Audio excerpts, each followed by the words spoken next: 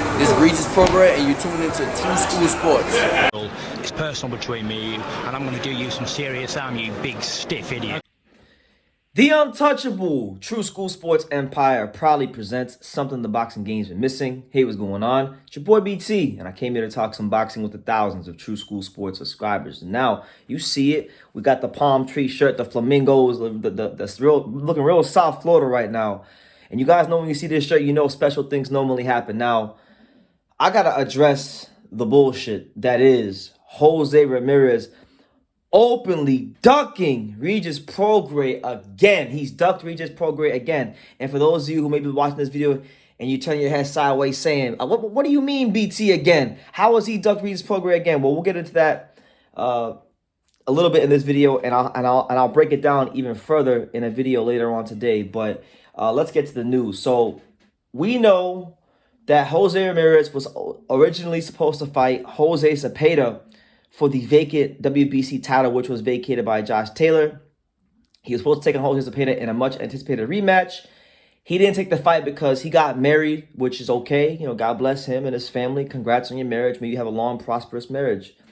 And may God put a hedge of protection over your family. I'm not wishing ill will on Jose Ramirez. But, you know, in that time, Regis Prograis slotted in for him and replaced him, fought Jose Cepeda, and the rest is history. He became WBC champion. Now, Jose Ramirez at the WBC convention a couple months ago was named the second mandatory, meaning that he would fight the winner of that fight, which is Regis Prograis. So fast forward some time now, negotiations came up and an offer was made to Jose Ramirez as the challenger, because remember, he is a challenger, to Regis Prograis for the fight.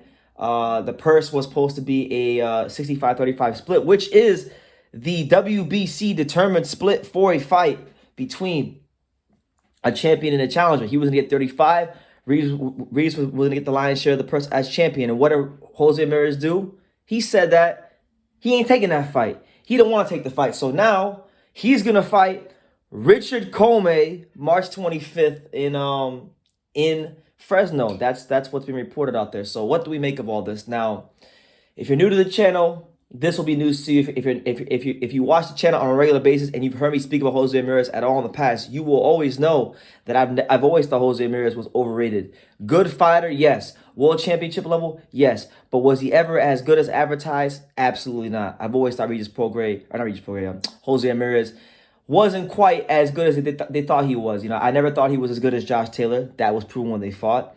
I never thought he was as good as Regis Prograis. He doesn't want to fight him. It makes every excuse in the world to not fight him.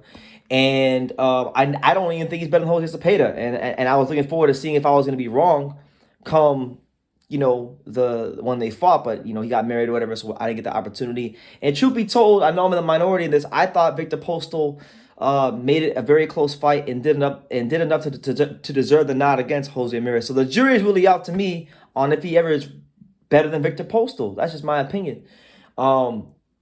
Jose Ramirez is a guy that has ducked and avoided this fight for a long time. You know, we'll get to what he said. Here's what Ramirez said about the fight. He said, I quote, "I'm disappointed in the split. This fight should definitely be a 50-50 split, and I was okay on taking 10% less. But I can't be fighting for free and risk too much of a pay cut. Boxing is a tough sport, and we want to make sure we get valued. This is a huge fight versus Prograis that is not being promoted properly. Hopefully we can make the fight happen in the future when we both get compensated as we should." So listen, I'm not against Jose Ramirez or any fighter trying to get what they feel they're worth. But in my humble opinion, from my perspective, he's in no position to make these kind of demands. Like, you didn't want to fight Regis Prograis when you had a belt. When you got the belt, you took a gajillion voluntary defenses and had Josh Taylor not gotten the other belts, you would have never fought him. Okay? So I'm just sick of Jose Ramirez because let's be honest, let's tell the truth. Jose Ramirez in the boxing ring. I know Rick Mirrigan is gonna beat people over the head because I know this is a business. I get all that.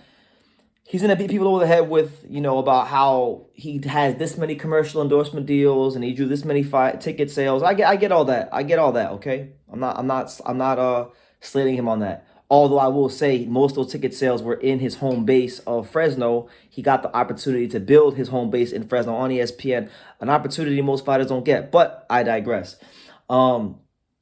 The reality is, when he won the belt, he refused to compete in the World Boxing Super Series, and by doing that, he avoided his mandatory challenger at the time, which was Josh Taylor. Regis Prograis. He didn't, Josh Taylor was in the tournament as well. So all the guys he could have fought, he didn't fight at that time.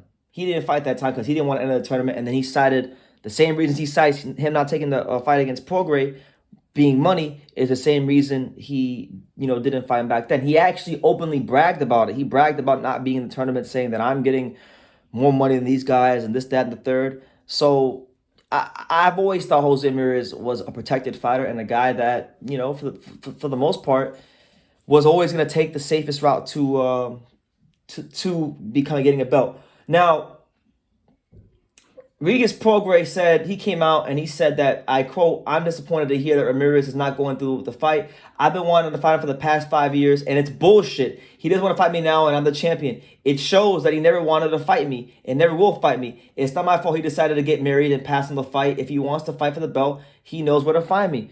Absolutely. And you know what? It sounds harsh and it makes like a dickhead thing to say, but he's right. Like, Jose Ramirez has enough money. He could have rescheduled the wedding, or he could have found a way to work around it if he really wanted the belt that bad. But using this excuse that he got married, so that's why he didn't fight for the title, it's not cool. It's not cool. And Rick Merrigan, his manager, continues to go on Twitter or on Instagram and say that Regis should thank us and give us a 50-50 fight because he would have never became champion without us. And you know what?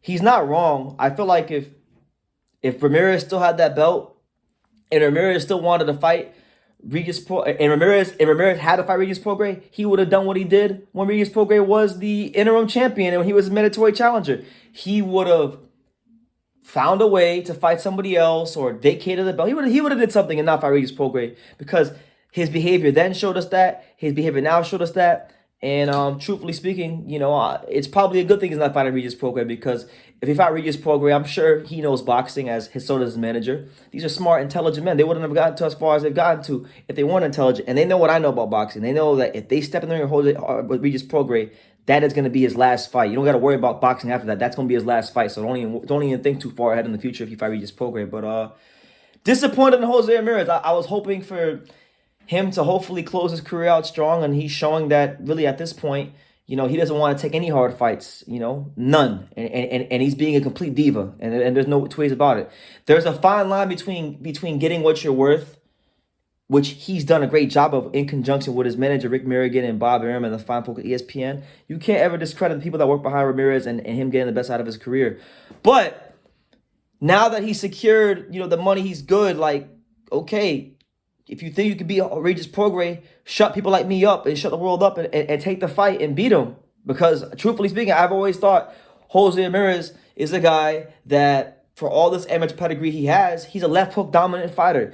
And when you take the left hook away, he's an extremely average fighter. And that's been proven by Josh Taylor and Victor Postal and a couple other guys he's fought, So I'm going to leave it at that. You guys can make it what you will, but Jose Ramirez has ducked, and I know that word gets thrown around a lot in boxing, but he has ducked him, and there's no two ways about it. So you guys can let me know what you think in the comments down below. Make sure you take the time to subscribe, and like I say in every single one of these videos, you can love me or you can hate me, but I'm just a kid from Daniel. So until next time, take care, guys. Thank you for watching another video on the untouchable True School Sports Empire. For more great boxing content just like this video, click right here and make sure you subscribe. Much love from sunny South Florida.